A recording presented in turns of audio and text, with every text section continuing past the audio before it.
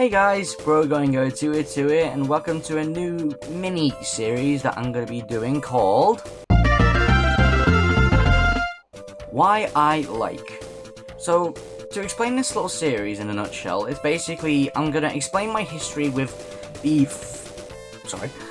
franchises that I like that I've been showing on the channel, such as Sonic the Hedgehog, Doctor Who, Team Fortress 2, etc. And basically explain my history of me getting into the franchise and why I show it on the channel today. And yeah, just trying to explain exactly why I like the franchise, just in case people were wondering why I like them in the first place. So I thought we'd do the introduction and the first episode with my most loved franchise of all, and probably the franchise you guys are most familiar with, which is Sonic the Hedgehog. So I'm just gonna move him out the way. This was my very first figure I got as a kid, and also my longest lasting figure ever, so that's an achievement. So anyways, where to begin? So I've had quite a unique history with the Sonic franchise, but nothing too special, at least for the generic audience, but I'm going to say it anyway. So, my love for Sonic kind of began within my first year of, well, being born. The game Sonic Heroes for the UK region was released a day before I was born.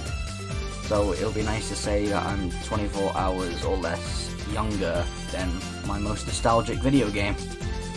So anyway, you know, as a baby, you're mostly curious about your surroundings. You know, you're learning new things, and I believe I got introduced to the franchise thanks to my brother, because since it was like 2004, 2005, my brother was probably playing the game around that time, and I recall one time just walking into his room and him playing the video game, and he just offered a second controller to me, and I just thought, you know, I just might as well. And we started playing the co-op on Sonic Heroes together. I believe it's also probably one of the first interactions I had with my brother as well. So, and that's how it really started, really. I started to play Sonic Heroes. I really enjoyed it, and now every time I see it, I consider it a very nostalgic memory in my life. And it was just the beginning of my love for the franchise. You know, I don't really recall much during the early years of my life, but I do recall we did, at one point, get an Xbox after our PlayStation 2 was taken away. And I was introduced to the classic Sonic games through the Mega Collection Plus. And I remember playing through Sonic 2, and I could never get past Wing Fortress Zone because I didn't know you had to jump off the plane to basically begin the stage. So that was kind of a stupid moment. And eventually I would actually complete the game, and it would be my first Sonic game, or game in general, I would complete. So, yeah. Not much else I can really talk about that, but then 2007, 2008, we got a Nintendo Wii, and one of the games I got for it was Sonic Unleashed, the Wii version, of course. And I learned shorthand that I was completely terrified of the Werehog. I have no idea why, but I would never play the night stages, so I primarily just played the first day stages over and over again. Eventually, I would overcome my fear of the Werehog and play through the majority of the game until Eggman landed, and I gave up because I couldn't get past one of the stages. So yeah. I would play a couple of other Sonic games, for example Sonic and the Secret Rings, would be introduced to Mario thanks to the Mario and Sonic Olympic Games, and I would play Sega Superstars Tennis, and I think All-Stars Racing as well. And yeah, they introduced me to the Sega characters and racing in general, so yeah. So I completely missed out on Sonic and the Black Knight, but this is when I would get my first Sonic figure, which I think was this figure. It's not the exact same one. I got this one around 2017, but it was one of the first figures I ever got of Sonic, and I immediately lost the sword, and then a couple of months later, I broke his legs. and pretty much every single Christmas since, my mum tried to get me another Sonic figure, and within the next Christmas it would have been broken and I would ask for another one. So now it's become like a Christmas tradition that I get something Sonic related every single year, which, yeah, it's been fun. Even if it's been something simple as just clothes or socks, but still, I like it. But yeah, I ignored Sonic and the Black Knight, forgot it ever existed, and heard about Sonic Colors. And since I was in the UK, we got some quite unique advertisements. And I would get the game, and I would immediately fall in love with Sonic again for the second and probably proper time, because Sonic Colors, I would not stop playing. I'm pretty sure that was like the first game I 100% completed. I got all the red rings, all the Chaos Emeralds, completed every level. I just fell in love with it. Like, I loved all the Wisp power-ups, especially Laser, which actually would become why teal is my favourite colour. I know technically Laser is cyan, but at the time I thought teal was cyan. So I treated that as my favourite colour, and then I eventually learned that it was teal, and I consider it now my second favourite colour. But yeah, I loved the music. My favourite stage of Sonic is Starlight Carnival. It was a very fun game, and even with the controls on the Wii Remote, it was very simple to understand. So I quite enjoyed it. And then the next year, we would get the Xbox 360, and I would be introduced to Sonic Generations. I actually remember being on a trampoline the day my mum would come back and show me that I would get it as an early Christmas present. So I was really excited, played the game, completed it, had a very nice experience, but unfortunately, that would kind of be a break from Sonic games after that point, because obviously then they were exclusive to the Wii U, and I never had one when I was growing up. So I mostly just relied on the internet for Sonic stuff. So I watched a funny bunch of old videos like the Mark Ridiculosity series.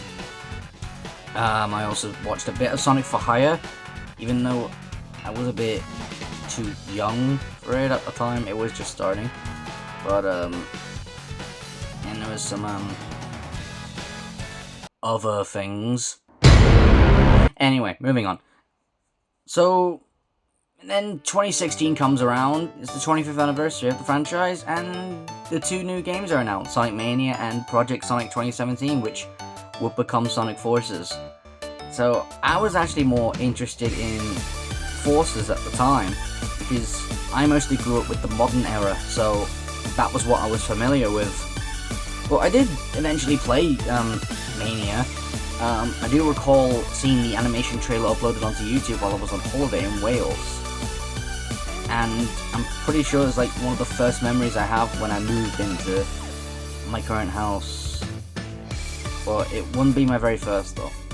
So yeah, I played Sonic Mania, it was quite fun, and Sonic Forces came out, and I will admit, I think that was when I had my first sense of disappointment with the franchise. Obviously because it's Sonic Forces, it was too simple, and I was getting old at the time. I just became a teenager, so I kind of understood what to expect. But it didn't put me off, to some extent. I did get Team Sonic Racing, but I didn't really play it, because I was kind of put off racing games then. So I just waited for the next title, which would be Sonic Colors Ultimate. And I was really excited for it. Played it, completed it, but obviously a bit of a different experience compared to the original Colors. And then I would then start doing the games on the channel, which would be the original Sonic Colors, and then I would do some of the classic games on the original Mega Drive, which I managed to get at a steal. And then Sonic Frontiers came out, and I will admit I'm happy that I managed to record my very first time playing it. So I'm very thankful that a memory of that is on this channel. So that's pretty much it really. I mean, the new games came out and I completed Sonic Origins within 24 hours. I mean, I got every single Xbox achievement. It was really easy to do. Superstars, I have played a bit on the channel, but for some reason I've been put off it. I don't know, but I'm hoping one day I will go back to it and complete it. And then of course there's Sonic X Shadow Generations coming out, which I will definitely play. And yeah, nothing much else on the franchise really. Been watching all the movies. Watched the first 2 movies with my brother, but this will be the first time without him because he's moved away now. So I'll watch the 3rd movie alone. But it won't be any different. I've enjoyed the movies, and this one seems to be very excited, especially after the events of Minecraft. But anyway, I also did grow up with a couple of the series, like Adventures of Sonic the Hedgehog, Sad AM, but mostly I consider Sonic on the Ground my first Sonic series I watched. Kind of unfairly, but I did have a DVD when I was really young. It had 4 of the episodes. I think 1 involved a race, and 1 involving an old castle. I can't remember what the other 2 were about. It's been ages since I've last seen the show. I think sure I can recall if I look at it again. But yeah. It was also the quest for the Chaos Emeralds for the Adventures of Sonic the Hedgehog. My mother got a burned version of the 4 episodes into 1. I don't know how, but that's how I was introduced. But apparently it's also on VHS, so I might get that just for memory. And yeah, Sonic Sad AM, didn't really get that much interest in it because it was a bit more serious, but I've given it a second chance and now I've got the full series. So yeah. It's pretty much all the memories I have of Sonic the Hedgehog, to be honest. So probably to the majority of audiences, it's probably just, you know, generic, normal, but for me, the Sonic franchise holds a special place in my heart because I believe if it wasn't for my brother introducing the franchise to me, I wouldn't know where my entire life would have ended up. It could have went a completely different tangent. I could have become a Mario fan instead. I don't know. I mean, I think Mario's okay, but I haven't really played many of the Mario games. I haven't completed one before, except for Mario Kart Wii. That's like the one exception. But yeah, anyway. So, why exactly do I like Sonic? So, as I said, it does hold a special place in my heart. And I believe if it wasn't for my brother introducing me to the franchise, I wouldn't be who I am today. And I really have to thank him for showing me what the series was about. Even if he didn't understand it at the time as well. We were both young, but still, it's nice to see that's something we share together. So, thank you, brother. Anyway, so that's pretty much it, really. I mean, I mostly use Sonic now as probably one of the main ones I show on the channel the most. I mean, there's a bunch of videos and animations featured him. I've done the majority of the games on the channel compared to like the other games. Team Fortress 2 is probably the most popular because it's just one game with constant things, but the most games I've played on it as a single franchise. And yeah, I even did those Lego building blocks, and I still have the Lego sets of the original waves ready to be built, but now I've got to get the new ones. But they will be built eventually, so keep an eye out. But yeah, mostly now Sonic is just like, if not the main non-original mascot of the channel, but he isn't the only one. There's 7 others, which you will see later. So yeah, so I hope that this video did give you a bit of understanding of why I like the franchise. Now, I know if the explaining was probably not the best, I'm not really the best at explaining, but I would like to just get it out, so it feels good for people to know, and I can relate to Sonic fans, you know? And just people who are interested in general about what I do and everything, so it's nice. It's nice to get that out. Anyways, so I hope you did enjoy this little video. I apologize about the light, it's very bright outside today. Anyway, that's all I really have to say for this video, so I thank you guys for watching. As always, Pro's gotta go, and I'll see you guys in the next one. Bye bye.